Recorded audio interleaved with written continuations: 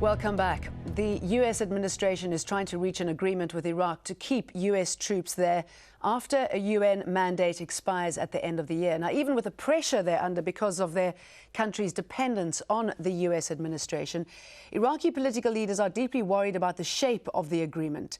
The negotiations have triggered a storm of protest, with critics complaining that the terms would solidify American military, economic and political domination of the country for decades. Kathy Hearn explains. Currently, the US has around 155,000 troops in Iraq. Their continued presence is a big issue in the US elections. The current security deal wants to keep US troops in Iraq long term, but this isn't popular with most people in the Middle East, or even in the US. Iraq's Prime Minister Nuri al-Maliki doesn't particularly like the terms of this deal, but his coalition government cannot stay in power without US backing. He has tried to modify the terms. He wants restrictions on the US soldiers and needs to ensure Iraqi sovereignty. For his negotiations, he's been criticized at home. Sadr's followers are protesting every Friday against foreign forces on Iraqi soil. We reject this agreement as long as our religious scholars have rejected it. We have to follow their lead and instructions. And also, Tehran rejects the never-ending US presence. The deal is already being condemned by the Iranians and many Arabs as a continuing American attempt to dominate the region. If the Iraqi government signs the security deal with the US, it will turn itself into an unpopular American government. It will have no value and credit for the Iraqi people anymore.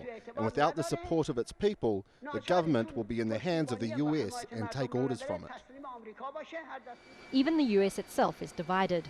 Bush wants a decision by next month, so he can leave the White House on a high note. But part of Obama's campaign is promising troop withdrawals. Keeping all of our troops tied down indefinitely in Iraq is not the way to weaken Iran. It is precisely what is strengthening. It is a policy for staying, not a policy for victory. I have proposed a responsible, phased redeployment of our troops from Iraq. We will get out as carefully as we were careless getting in.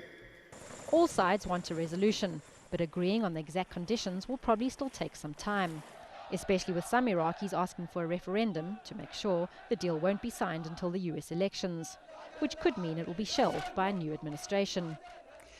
To remind you of our guests, again in London, Sami Ramadani, in Tehran, Said Mohammed Marandi, and in Washington, D.C., Raymond Tanter. Now, the irony here, gentlemen, is that both Iran and the U.S. are so worried about Iraq's sovereignty, but they're refusing to budge. Mr. Ramadani, surely what is needed here is a new regional system featuring all the local players.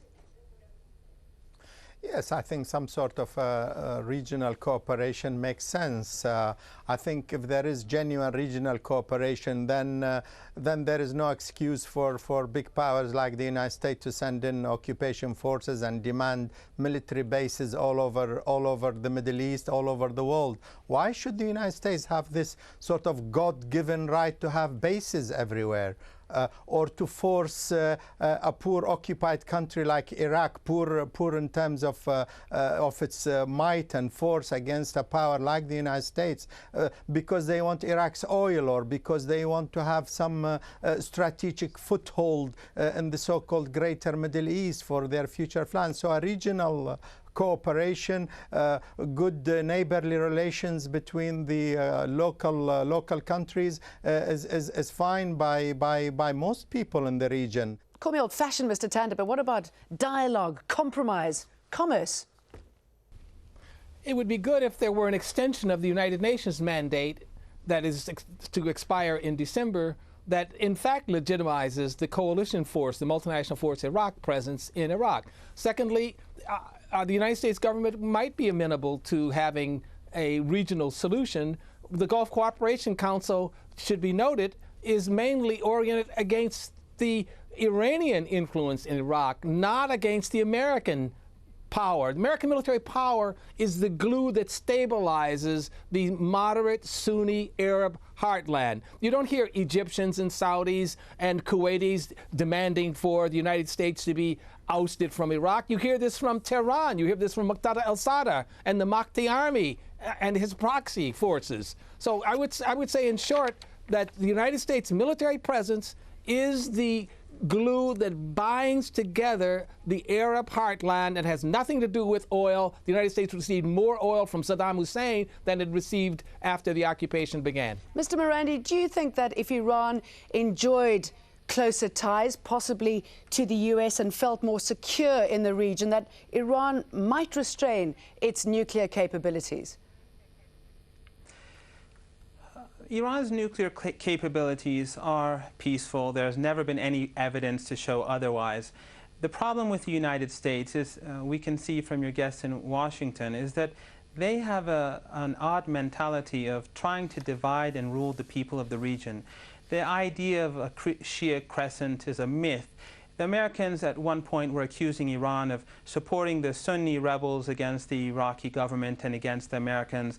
They accuse Iran of supporting Hamas and the Islamic Jihad, which are Sunni groups. On the other hand, they accuse Iran of supporting Hezbollah.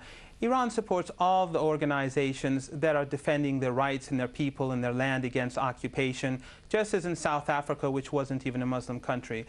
The United States, on the one hand, as your good guest in London pointed out, declared the MKO, the Mujahideen al-Khalq organization, a terrorist organization, but at the same time they support them in Iraq. They're taking good care of them in accordance to the wishes of your guests in Washington. The Mujahideen al-Khalq worked closely with Saddam Hussein to help slaughter Kurds, Shias, and Sunnis in Iraq.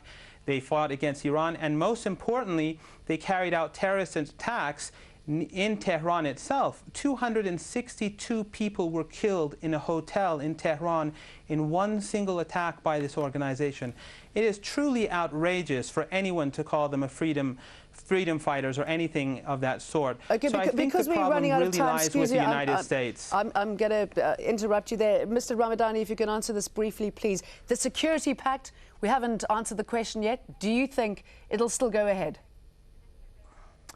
I think it will, the United States will try to impose it on Iraq, but they will try to moderate some of its clauses, because some of the stuff in this agreement is really, truly outrageous, and not even a puppet regime will be able to sign it. So they'll try to change it a bit.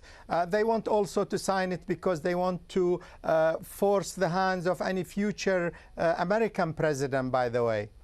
Bush is calling it an alliance so that it doesn't call it a treaty, so that doesn't go to the Senate for approval in the United States. He wants to tie the hands of future American presidents as well with this treaty. So that security pact still on a rocky path. Mr. Ramadani, thank you very much for joining us, and you gentlemen as well. Thank you very much for your time. Mr. Syed Mohammed Mirandi and Mr. Raymond Tanter. And of course, thank you for joining us again on this edition of Inside Story. Welcome your comments and suggestions. Please email them to us at insidestory@aljazeera.net.